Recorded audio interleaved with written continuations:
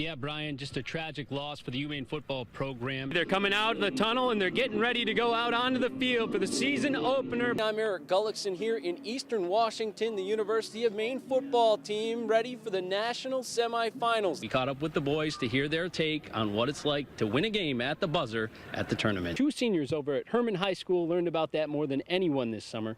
Brandon Harris and Nick Page went to boot camp. Red Sox color commentator Jerry Remy came to Bangor for hot stove night. Even off the court when she's hunting.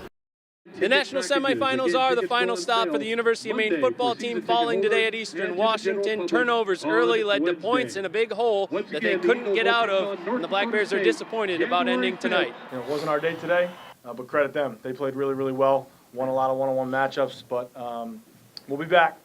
We'll be back. We're excited about that. Some players I kind of left out there, and it could have helped us in a more positive way. So, I mean, it's cool, but we didn't really get done what we wanted to get done. I think it was more us. I mean, we moved the ball at the beginning of the game. You know, I turned the ball over early, and then I had a fumble as well. So those two are obviously on me. We can't start that way. You know, in the first quarter, put our defense in the hole. Just never be satisfied with this. Why would you be satisfied? Why just get here and lose? And why hold yourself to a lower standard? We felt that we was a great team. We knew we could have went all the way. We just didn't play like it today. We got to keep doing the things that great programs do and great universities does to get back here, and that's ultimately what Eastern Washington is. So we want to be in this position every year, and if we can keep doing that, it'll be a good thing for us and our community and our university. We'll see what this means for the Black Bears in the future, but this season comes to an end with a loss in Washington. I'm Eric Gullickson, WABI TV5 Sports. For Vinyl Haven girls basketball, it was a typical trip for a weekend series in Searsport. We went to school, then we left school at 12:30. We went on the 1 o'clock boat. Our 15-minute boat ride. It's counting heads in collecting boat tickets here. They play both games of their season series back-to-back, one Friday night and one Saturday morning. At night, play your heart out. The night game is one thing. The morning game is tough because you can't correct anything. It's usually hard for our team because waking up so early in the morning, but it's always harder for other teams because they don't do that.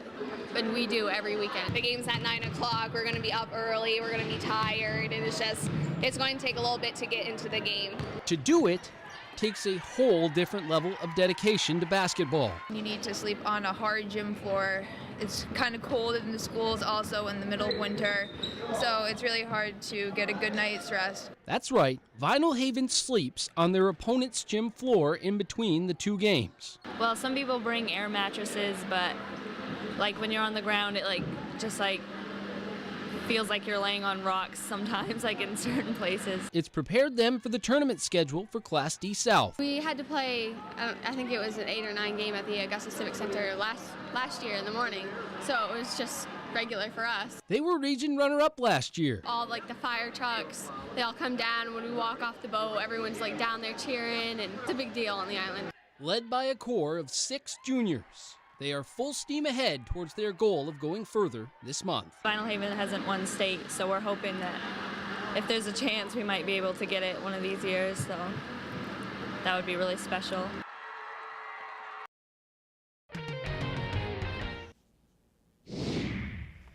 UMaine softball fell in their regular season finale, 6-2 at Stony Brook. The America East tournament starts on Wednesday for UMaine. They'll be the 4 seed and they'll face tournament host and 5 seed Binghamton at 11 in the morning. UMaine baseball hosting Binghamton in Orono for 2 this afternoon.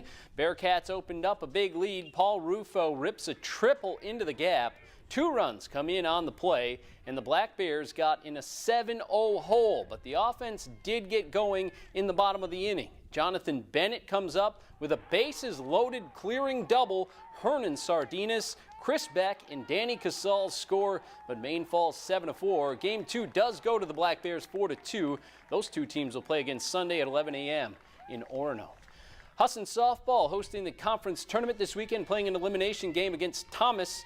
Eagles got 1 in the first, and they get out of a jam here. Madison's Caleb Best with runners in scoring position all the way to the wall, but it's caught on the track, still 1-0. Jen Jones pitched very well all day. She had a one-hitter with 7 strikeouts. She got the shutout, and Husson knocked out the defending champs 1-0. They also ripped New England College in the championship round 9-1. The Eagles will face NEC tomorrow in the double elimination tournament at noon. In the title deciding game, the winner gets the NCAA automatic qualifier.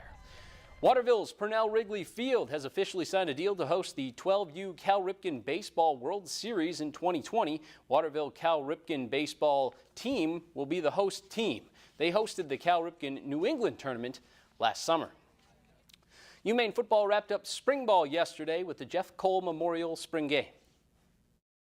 It was good. I think we got some red zone stuff, some overtime situations, which was good, and we're hitting a lot on those critical situations because in the fall, that's where we've struggled a little bit in the fourth quarter type stuff. I mean, feel good. I'm happy with what the offense did today. It was probably our best day all spring. Kind of on an upward trend going into camp and have some confidence going into camp as a unit. Speedway 95 opens for the season next weekend in Herman. They had a testing day today at the track. Anyone looking to check out their cars after the winter could get out on the track and make some runs to make sure they're ready to go for the season. The drivers have been waiting all winter for this, and they say it's important to get a feel for the car before they start it up for the season opener.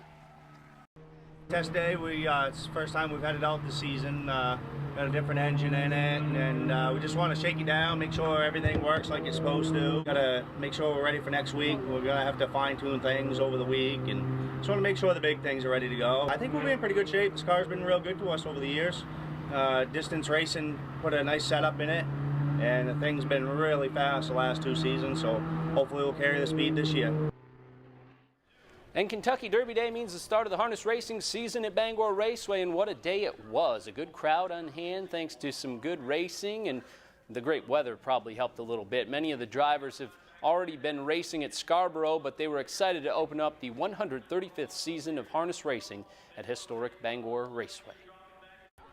Yeah, it's the first day of the year for us up here to race, kind of northern Maine, and track's in great shape. Boys done a good job on it, and horsemen got horses ready, and hope to have a good summer.